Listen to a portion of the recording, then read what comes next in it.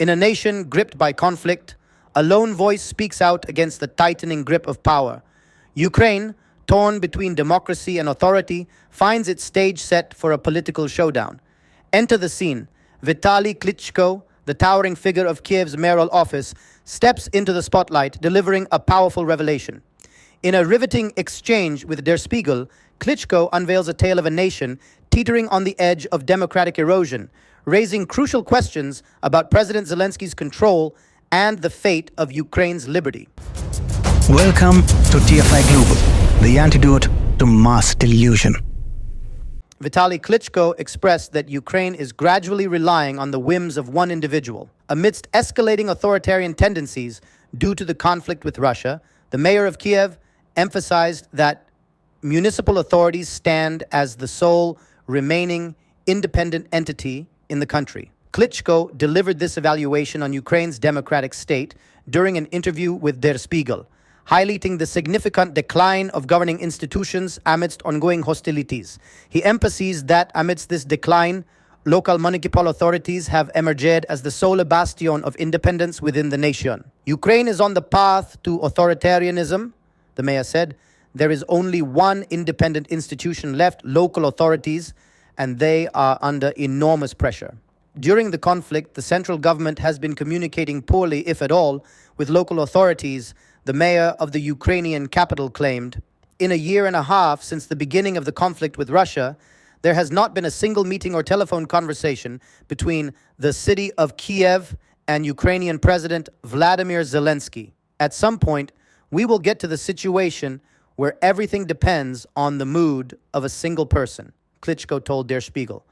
Boxing star turned politician Klitschko assumed his role shortly following Ukraine's 2014 Maidan coup. He stands among the limited number of officials from the Poroshenko era who maintained their positions under Zelensky's administration. In recent months, the relationship between the mayor of the capital and the central government has soured, witnessing several public confrontations.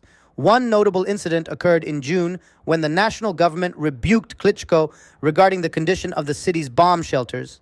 As a consequence, 2 district heads and 2 acting district heads were relieved of their duties due to their inability to maintain the operational status of these facilities. Furthermore, Klitschko's admission of setbacks in Ukraine's counteroffensive against Russian forces starkly contrasts with Zelensky's earlier denial of any failures, underscoring a disconnect in their narratives. The mayor's assessment drastically contrasted with the stance taken by the president at the time, who was insisting the counteroffensive was still going on and consistently denied any setbacks. Zelensky conceded its failure only this week, telling AP that he now considers the fact that his country's troops are not retreating at the moment a satisfying result. Reports even suggest Zelensky's alleged attempts to sideline Klitschko politically, a move signaling authoritarian tendencies. Furthermore, there have been reports suggesting Volodymyr Zelensky's alleged efforts to remove his primary rival, Kiev Mayor Vitaly Klitschko, as part of preparations for the upcoming election.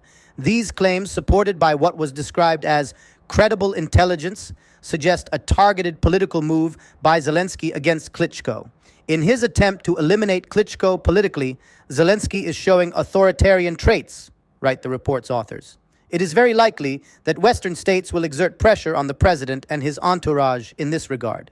As per the NZZ, the report circulated just a day before the Swiss government's deliberation on the sale of Leopard 1 tanks to Germany for potential deployment in Ukraine, a proposal that was ultimately turned down. Ulrich Schmid, an Eastern European studies professor at the University of St. Gallen, conveyed to the publication that Zelensky needn't concern himself about his re-election. Since his courageous decision not to leave Kiev in the face of the Russian attack, he enjoys a lot of credit among the population, he said.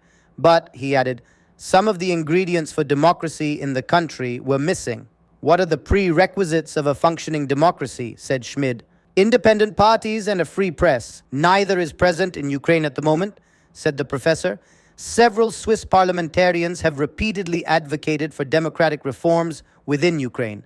Cedric Vermouth, the co-president of the Social Democrats, emphasized that their support is not directed towards Zelensky personally or any particular political faction, but rather towards the Ukrainian populace enduring the ongoing attack. He stated, Criticism of Zelensky's domestic policies, particularly from a left-wing perspective, is justified. Damien Cotier, a parliamentarian affiliated with the radical liberals, stressed the necessity of conveying to the Kiev government that once the conflict ceases, immediate steps should be taken to hold free and fair elections. As the curtain falls on this act, Klitschko's revelations cast a spotlight on Ukraine's turbulent political landscape, leaving a haunting question lingering in the air.